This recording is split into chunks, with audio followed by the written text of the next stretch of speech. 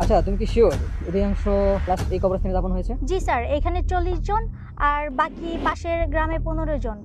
কিন্তু স্যার গ্রামের লোকজন বলাবলি করতেছে সবই নাকি নরমাল ডেট। ওকে স্যার, আমি দেখছি sir. Okay, thank you sir. সুপ্রিয় দর্শক মণ্ডলী, আমি ক্রাইম রিপোর্টার ধ্রুব। আমরা আছি দিগন্তপুর কবরস্থানে। এখানে পুলিশ এবং ফরেনসিক টিম একসাথে কাজ করছেন।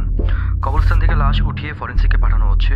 সবচেয়ে ভয়ঙ্কর যে ব্যাপার হলো সেটি হচ্ছে নতুন বেশিরভাগ কবরেই কোনো লাশ নেই। স্যার, এই কবরে কোনো লাশ নেই।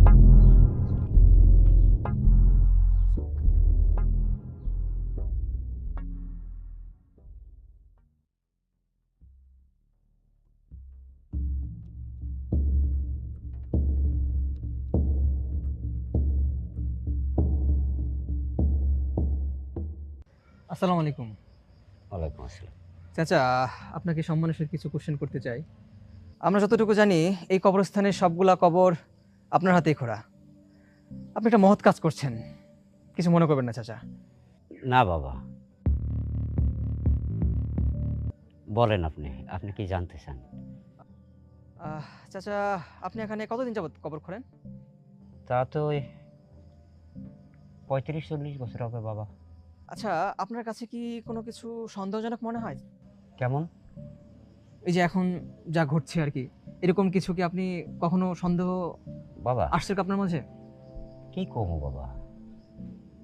বাবা, আমি এত বছর ধরে এই খবরগুলো নিজের হাতে কই কোনো দিন তো এরকম দেই না যে খবর দিয়ে লাশ উঠে গেলে খারা করছে, কেমনে করছে, কখন করছে কিছু জানি না। কবরের মধ্যে যে লাশ লেগে যায়,